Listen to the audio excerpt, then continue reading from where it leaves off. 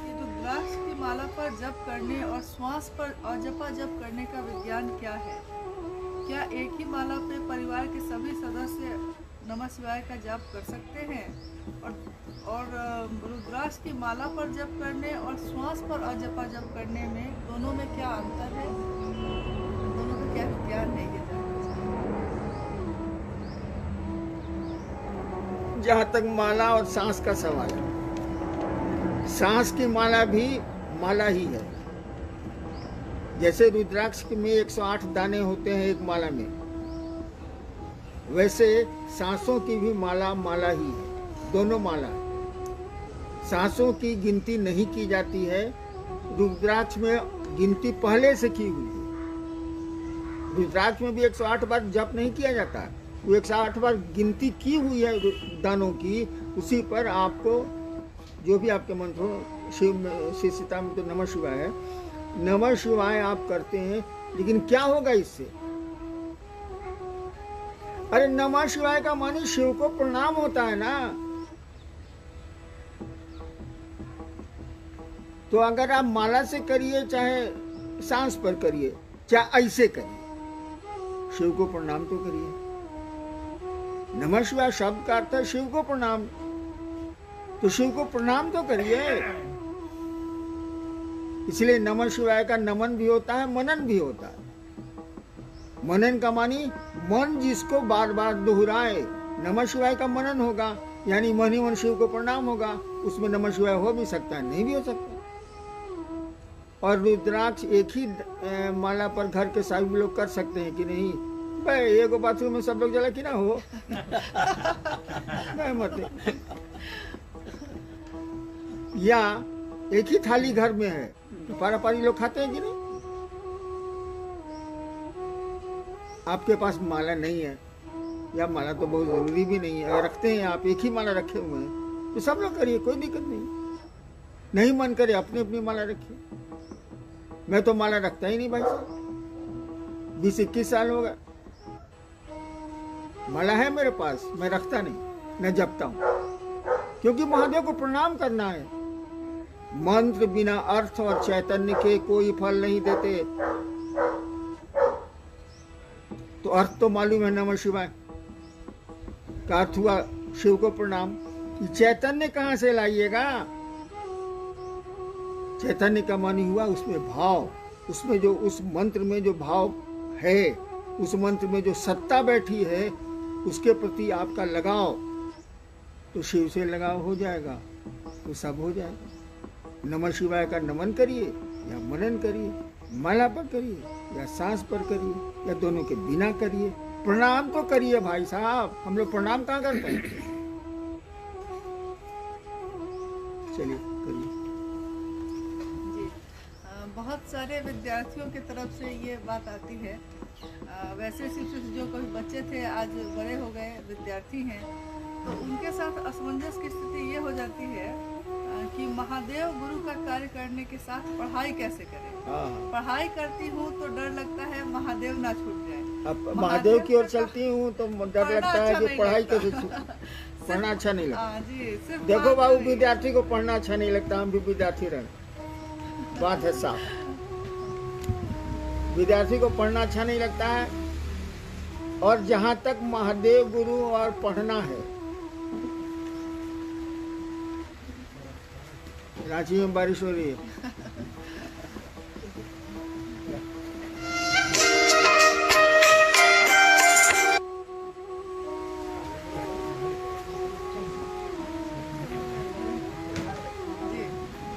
देखो मैं 6ठा क्लास में था ना, तब से साधना जगत में घुसा हुआ। मेरे पिताजी अफसर थे जमुई में, उससे भी पहले से घुसा हुआ। क्या पढ़ाई नहीं की मैंने? क्या पढ़ाई नहीं की मैंने? पहली बार कमीशन में बैठा तो इंडियन पुलिस सर्विस में आया, बाद में बैठा तो बिहार में डिप्टी कलेक्टर हो गया। पढ़ा नहीं किया, बिना पढ़े हो गए। आप कई काम कर सकते हैं, लेकिन जो काम करिए मनोयोग से करिए, मन से करिए। समय निर्धारित कर लीजिए। मैं शासन में था और महादेव का काम किया कि नहीं, मैंने उसी पीरियड में किया ही किया। रात तो मिलती थी ना 10 बजे से लेकर सुबह 4 बजे तक, उसी में करता था। ये बहाना नहीं चलेगा कि पढ़ेंगे कैसे आप महादेव का काम। आप पढ़िए पहले, छोड़िए महादेव। महादेव काम महादेव करता है, हम लोग खाली दिखते हैं, हम लोग कोई वैल्यू तैल्यू नहीं है, हम लोग की कोई कीमत नहीं। हम लोग झूठो सीना फुलाते हैं, एगो बटन खोल के रखते हैं कि हम महादेव का काम किया। हाँ, उस जिला में हम ही तो हिले हैं, हम ही शुरू में किया है। ये सब धपोर संखी है, करते हैं महादेव, दिखते हैं आप। हम आप कुछ नहीं करते, इसीलिए महादेव से दया मांगो और पढ़ाई करो। ये बहाना नहीं चलेगा महादेव कोई पढ़ाई कैसे होगा। मत महादेव का बंद करो, पढ़ाई करो। अब महादेव का काम क्या है ये हमको बता दो। महादेव को प्रणाम कर लेना है भैया। कोई मिले तो गप कर लेना कि हम भी शिव को गुरु मानते हैं, आप भी मानिएगा भाई साहब। मान लिया तो अच्छा है, अच्छी बात बतानी चाहिए। ई अगर कहेगा ई या ई, हम कहेंगे पहले पढ़ाई कीजिए।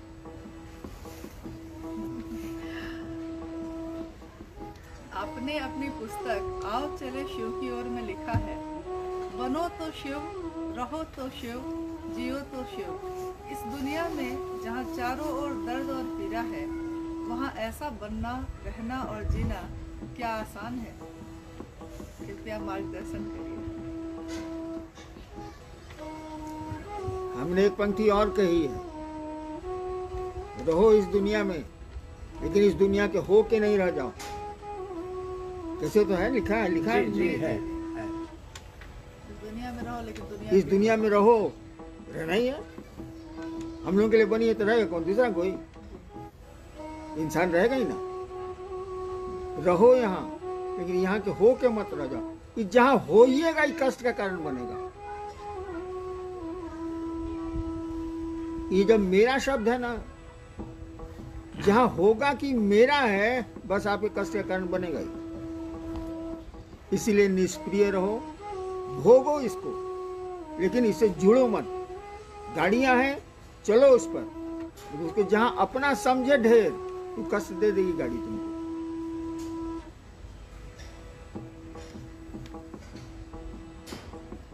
क्या ना समझ? ये बनो तो, हाँ, बनो तो शिव, यानी मस्ती में रहो, जो काम है मनोयोग से करो, परिणाम आएंगे।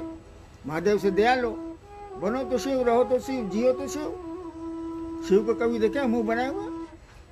हम लोग तो एक दो गुरु भाई शाम में आता है मेरे यहाँ, साला अगर आप देख लीजिएगा ना, ओह, पानी तक पीने का मन नहीं है। मुंह ऐसा छुछुंदर ऐसा बना के आएगा और छुछुंदर जैसा बना के जाएगा कि मत पूछिए।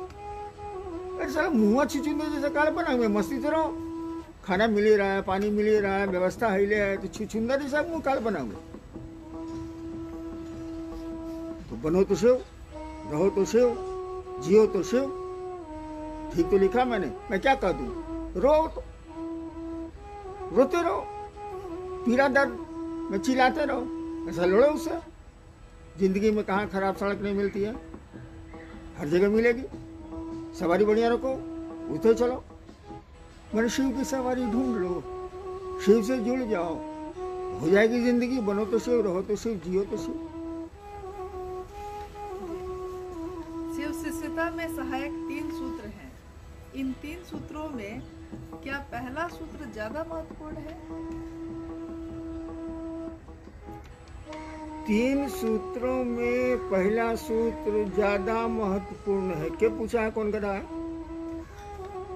नाम मत बताओ। पहला सूत्र क्या है भाई साहब? हे शिव, आप मेरे गुरु हैं, मैं आपका शिष्य हूँ, मुझ शिष्य पर दया करो। यही ना? जी। आपका कोई परिवार है, वो बेटा हो, पत्नी हो, माँ हो, बाप हो, उसको मेरा समझ में मत कीजिए। रिश्ता रहेगा, आप अपने पिता को पिता समझ में मत कीजिए, समझ रहेगा। पत्नी को पत्नी समझ में मत कीजिए, मेरा समझ रहेगा। तो शिव गुरु को अपना समझ में नहीं कर रहे, समझ रहेगा। तो कौन सी नमः शिवाय कर रहे हैं, कौन सी गुरु चर्चा कर रहे हैं, फालतू बात है। अपना समझने की कोशिश तो करिए भाई, कठिन है, मैं भी जानता हूं कठिन है। चर्चा आसान है, गप करना आसान है, लेकिन अपना समझना कठिन है। अभी बारिश हो रही है ना, आप लोगों के चप्पल अगर पानी में भीग रहे होंगे तो कलेजा कैसा आपका कट रहा होगा, ये हम पूछते हैं। काहे दूसरे की चप्पल से काहे कलेजा कट रहा है, अपनी चप्पल भीग रही है तो काहे इतना परेशान है आप। मेरी चप्पल है तो शिव मेरे गुरु हैं, यही नहीं लिखा हुआ है जी। सवाल कर रहे हैं 3 सूत्र में, पहला सूत्र इम्पोर्टेंट कैसे है, ज्यादा इम्पोर्टेंट है क्या, पागल है क्या यार। बीवी को अपना बीवी समझने ही नहीं रहे हो, कहते हो कि सबसे इम्पोर्टेंट यही है। कहा समझना पड़ेगा, पहले अपना समझना पड़ेगा, और जहां अपना समझे आप, सारी चीजें खुद ब खुद आ जाएंगी। अगर शिव को अपना समझे आप, अगर मन में आ गया कि मेरे गुरु हैं, तो दया भी मांग लीजिएगा, सहरसा भी हो जाएगी, मैंने आपका जीवन सुंदर हो जाएगा। उनको अपना तो मानिए, सवाल ही बेवकूफी वाला। 3 सूत्र पहला नंबर कहा दिया गया। कखो का जानी नहीं, डिक्शनरी खोलिएगा हिंदी का, पहला सूत्र है तो आपको दो। पहला सूत्र मैंने पहला सूत्र 1 नंबर गेरे में गाड़ी उठेगी भाई।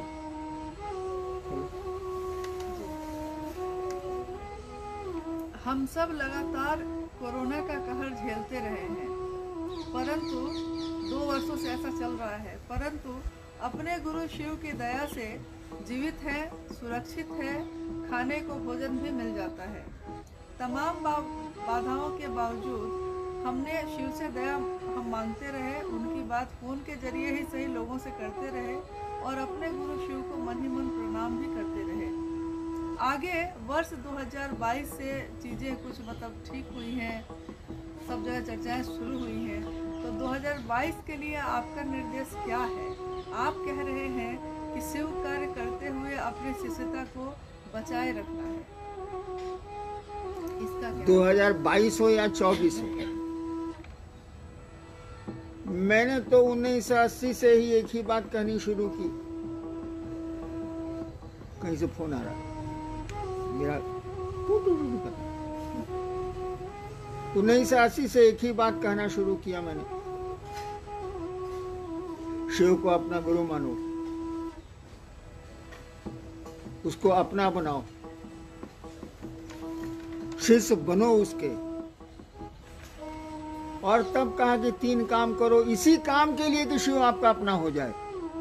आपका मन भूले नहीं कि शिव आपके गुरु हैं, और दिमाग में रखिएगा उससे बड़ा गुरु नहीं होता है, वो सर्वोच्च सत्ता है, वो गुरु भी सर्वोच्च है, वो शिव से बड़ा गुरु नहीं होता है। तो शिव को गुरु मानने की बात मैंने कही, अभी भी वही कहूँगा, आगे भी वही कहूँगा। हाँ, जैसे जैसे मौसम बदलता है, वक्त बदलता है, वैसे वैसे चीजें भी थोड़ी बहुत बदलती हैं, लेकिन शिव की शिष्यता नहीं बदलेगी। हम भले बदल जाएं, शिव वही हैं जो रहेंगे, जो थे, उनकी शिष्यता भी नहीं बदलेगी। हम लोग बदलते हैं, तो शिव शिष्यता में अपने को मत बदलिए। 22 के लिए कोई मेरा संदेश नहीं है, आपका भला हो, बस इसी में लगा हूँ, और शुरू से लगा हूँ कि आपका जीवन सुंदर हो जाए, शिव आपके गुरु हो जाए। शिव को कम से कम बेचिए नहीं आप। हमने कई बार कहा कि शिव को बेचते हैं आप। अरे बहुत लोग रहे पहले, ऋषि मुनि लोग, जिंदगी बेच दी शिव के लिए।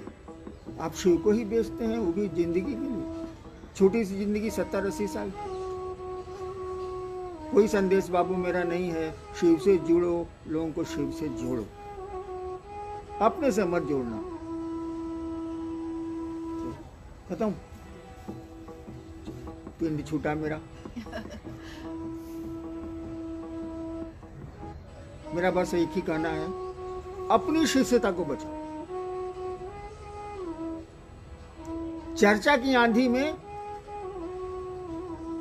शिष्यता को उड़ाओ मत। उड़ गई है, सबकी नहीं उड़ी है। अभी भी शिव शिष्य हैं जिनका सम्मान किया जाना चाहिए, रहेंगे भी वो।